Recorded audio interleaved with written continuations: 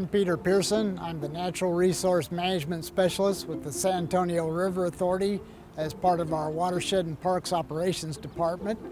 We're on San Pedro Creek today, and we're going to be looking at some of the plants and sustainability projects that we have on this project, which will be featured in our CreekFest.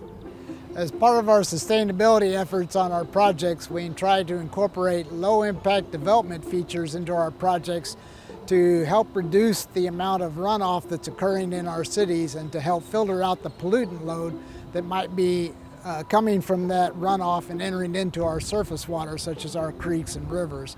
In the case of San Pedro Creek, along Cameron Street, we have what are known as bioswales, which capture the runoff coming off the street through cutoffs in the curbs. It enters into the bioswales and flows through a number of plant material, which this allows it to filter out some of the pollutant load as it's flowing through the bioswale. The bioswale eventually empties out and enters underneath the trail over to the other side here, where we have a small bioretention area where the water collects and is slowly infiltrated into that area. And anything that's left above and beyond that enters into an overflow, a grate back here.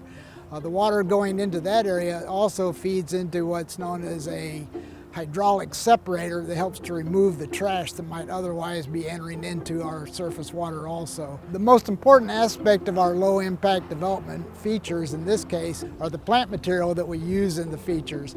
In this case, we're using what's known as Lindheimer's muley. It's a large native bunch grass with extremely deep roots. This works in several ways to improve the function of our low impact development features. In this case, the deep roots provide pathways for infiltration so that the water infiltrates quicker and deeper into the soil for us. This also helps to remove, this is how we're filtering out a lot of the pollutant load from the water before it gets into our surface water. Additionally to that, the pollutant load that we're filtering out serve as nutrients for the plant material. So the plant material is creating the sustainability of the feature by recycling all the pollutant load that's coming into the feature. We're at the Crest Gate on San Pedro Creek, and the Crest Gate serves a dual function. First of all, it controls the flow of water through the feature, which helps to create a steady level of water throughout the feature, which creates an aquatic habitat for all the different forms of life through this project. Particularly for our bird species. We have a number of different bird species, including herons and kingfishers, which live in this project. And without the aquatic habitat, they wouldn't have the food sources they require. The other function of the Crest Gate is it is for a flood control feature.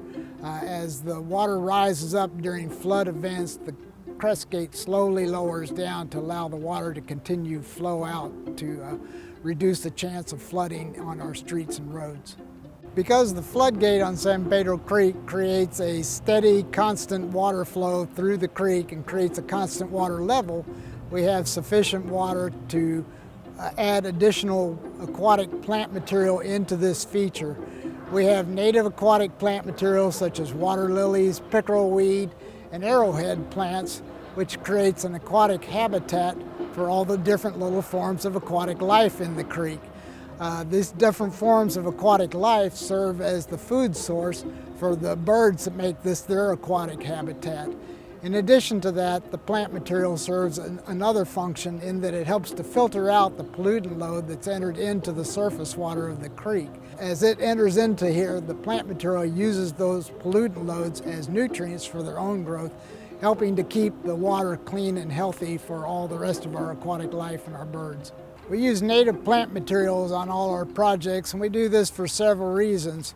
First of all, our native plant material are well adapted to our area here and well adapted to our climate. This means that we can use fewer inputs to maintain healthy plant material on all of our projects.